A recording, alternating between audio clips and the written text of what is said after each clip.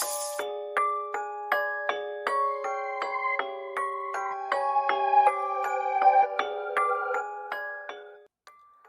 everyone, and welcome to some more horrific news.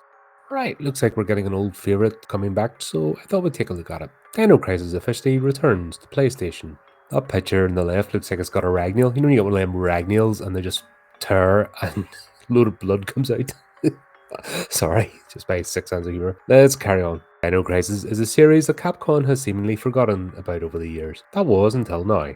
Yesterday's State of Play event was a packed 30 minutes with new announcements, such as the Ghost of Tsushima sequel, a remastered collection of the Legacy of Kain Soul Reaver, and confirmation of the Horizon Zero Dawn remaster, and much more. One other announcement that was met with a lot of excitement is that Capcom's Dino Crisis is coming to PlayStation Plus Classics next month, alongside Blood Omen, Legacy of Kain. The original Dino Crisis was released in 1999 for the PlayStation and is widely considered to be Resident Evil with dinosaurs. Dino Crisis has all the elements that fans of the survival horror genre love, such as challenging enemies, brain-teasing puzzles, and scarce resources with the added fear of being attacked by a T-Rex and a pack of raptors. While a sequel that arrived the following year was the beginning of the series evolving into action over horror, the original Dino Crisis is still looked upon favourably after all this time. Granted, this not might be the Dino Crisis remake that fans have longed for, but the fact that we'll get to play this Capcom classic in glorious HD on modern PlayStation consoles is wonderful. Being somewhat over-optimistic, this could be Capcom testing the waters for a highly requested remake. As expected, fans such as myself are over the moon and will soon be able to play classic Dino Crisis on PS5 and PS4. Dino Crisis finally! Exclaimed Redditor SRB15. This is big. Capcom actually doing something with one of its PS1 games is huge. Hopefully this means Resident Evil 2 and Resident Evil 3 are possible, as well as also Dino Crisis 2, said a hopeful Believe 0017.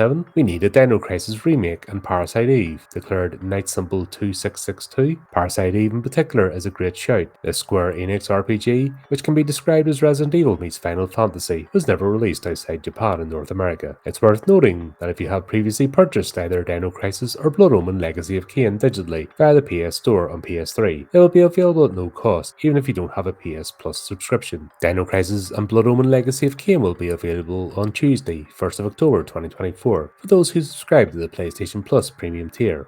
And that is it. So there we go. I think this is a lot to do with there's been massive backlash against current games. Just people aren't enjoying them. There's not much gameplay. Then you've got, in quotes, journalists like attacking fans and, you know, all this nastiness that comes with the movie industry. And it's just generally put people off. So gaming companies have been like struggling. So I'm guessing they're testing the waters, which isn't a bad idea. You know, I don't feel as bad about remastering games and making them available on newer consoles and giving them a bit of an update, if that makes sense, as I do a remake of a movie. Because at the end of the day, you're playing, you know, the game's playable and enjoyable. Although when I did play Resident Evil, it was still exactly the same as the PS1. It was frustrating as hell, especially with a fixed camera. But I suppose they're testing the water to see what the customer base is feeling. I kind of get that. Why not? You know, there's loads of emulators out there. So why not the companies that have the source code and the rights to the games produce them? I suppose it's back in the same, you know, when we went from LP to cassettes to CDs to MP3 back to, you know,